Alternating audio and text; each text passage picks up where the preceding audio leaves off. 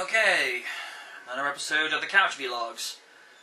A couple of things to comment on. I want to get into what has transpired on SmackDown recently, because I have officially jumped from Raw to SmackDown because Raw bores the living crap out of me now. I mean, R-Truth is funny. It's actually interesting for him to do a heel turn and actually make it tame with some of the things he's been doing, and you know, the anonymous GM thing is really starting to hack me off on that side. And SmackDown, I'm actually starting to see storylines that are actually worth watching.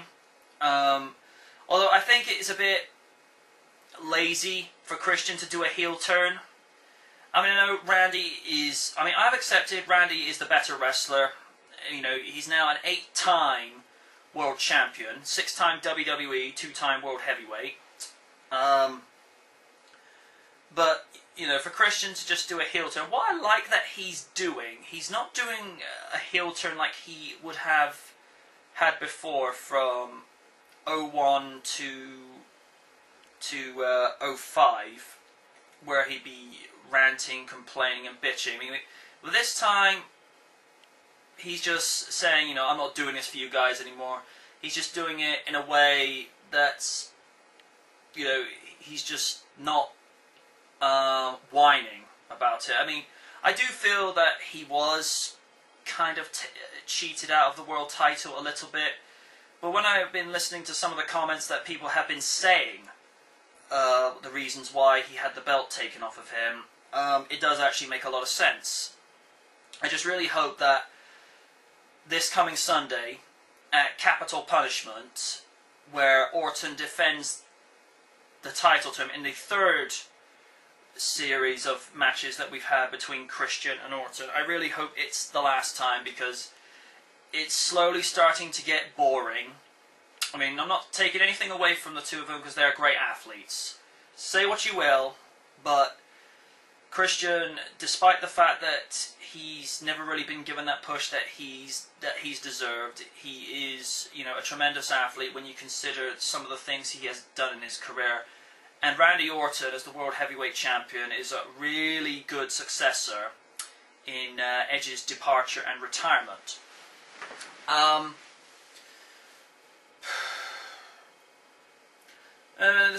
want to say something on a personal note. I want to thank everyone who has commented, supported, and I feel like in a lot of ways they have contributed in a lot to the 20th anniversary package that I have given to Sonic the Hedgehog, which in 9 days will mark 20 years since he first appeared on June 23rd, 1991. You know, it's very surreal for me to look back at that. I mean, it was one thing to be able to think of 10 years ago when we got to Sonic's 10th anniversary with the release of Sonic Adventure 2, which I might add is one of the very few times, to my knowledge, where it was a worldwide release, because they went to a concerted effort to make sure that game got out on June 23rd.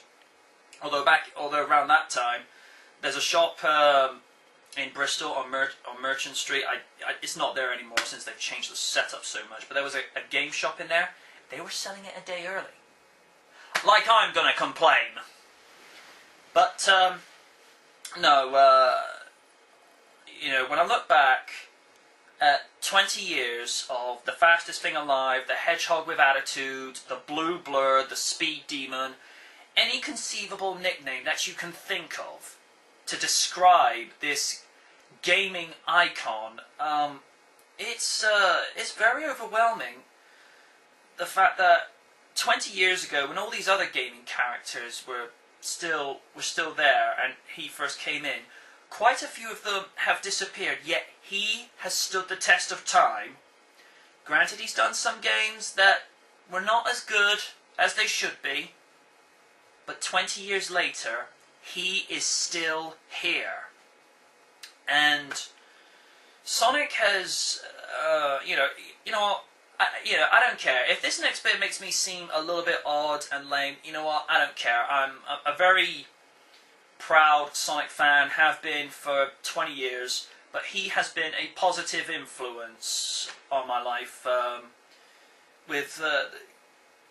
like it sometimes, particularly in the games, the comics, and the animated series.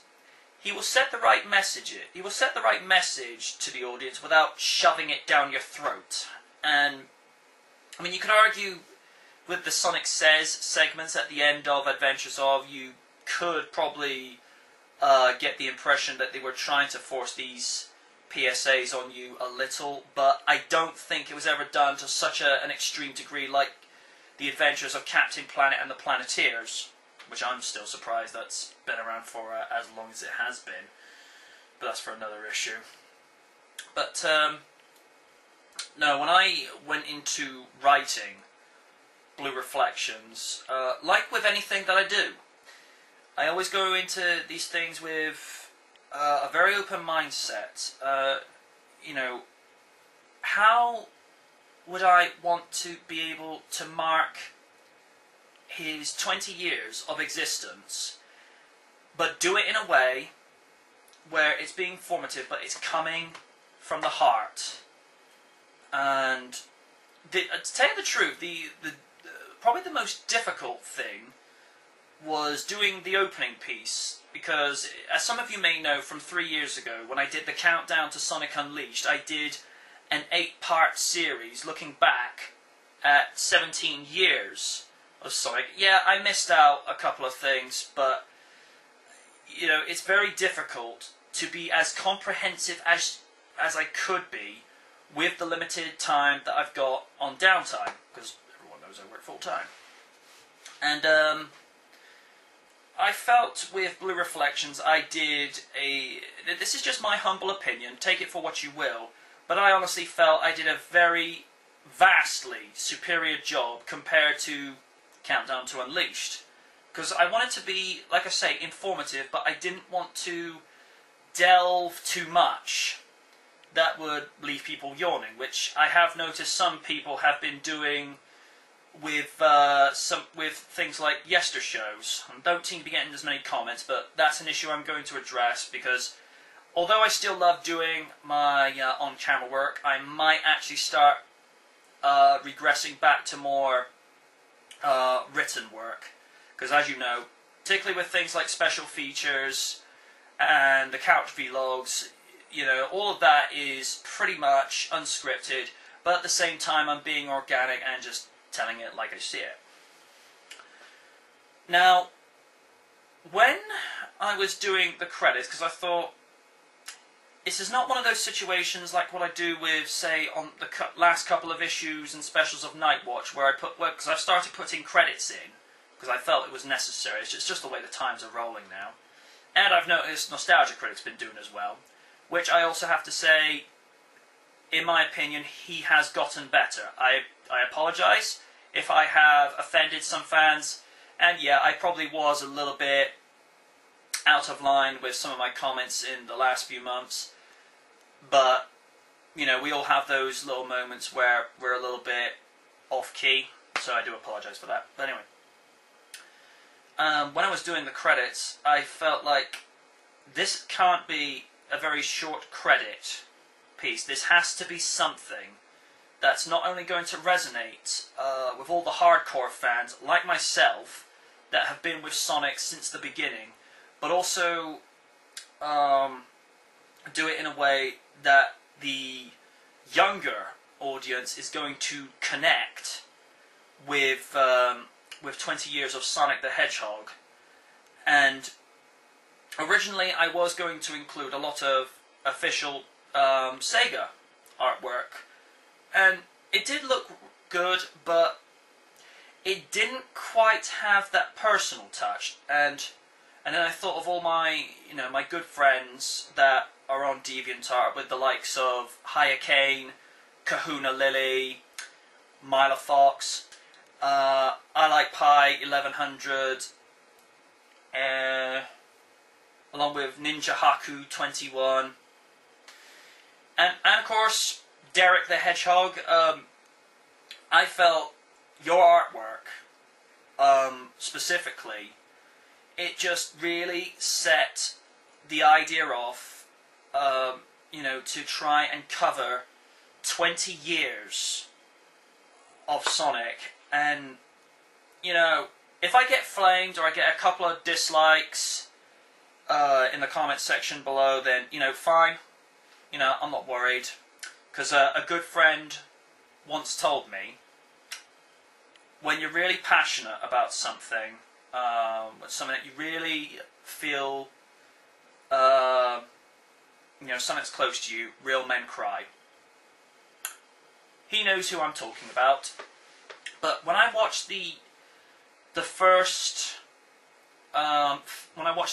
article with the ending theme of Sonic 3 playing in the background and watching all these pictures and video archive footage of what I consider to be one of the greatest entertaining gaming icons of all time, it actually brought a tear to my eye, because I don't know, it was just something about it. I wasn't upset. It was, for me, just something very moving.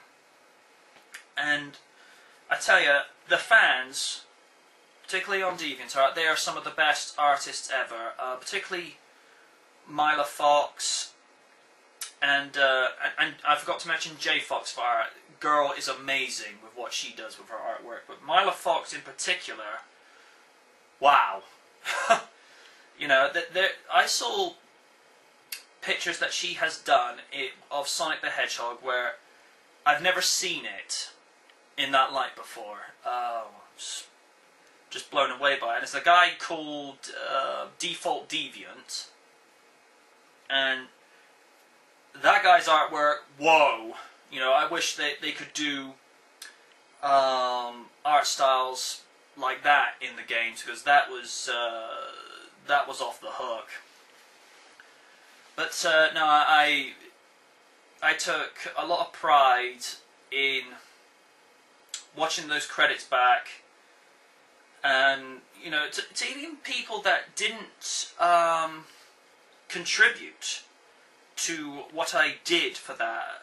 I thanked them personally. I thanked my brother, the Random DCE, because when I was doing the writing and the commentary, he just made very constructive suggestions here and there, where he said, that's good, but you may want to put in this little piece of information there, because fans might actually like to hear that little bit. And to his credit, he's right. But then again, this is why my brother's a better writer than me, because he's been doing this, I think, for 6 months longer than I've been podcasting. But that's another topic to discuss for later.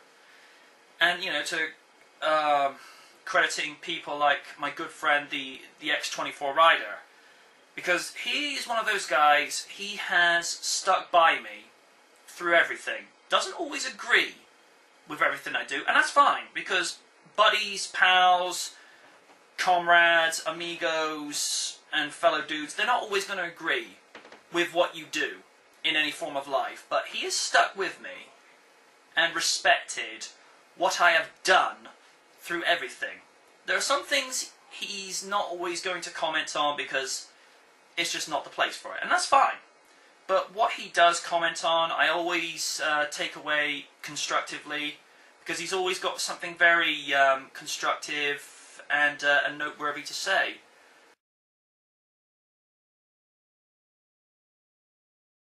Okay, just want to take this time to thank everybody who contributed their artwork, their suggestions, criticisms, any form of contribution that you guys did for Blue Reflections. I mean this sincerely.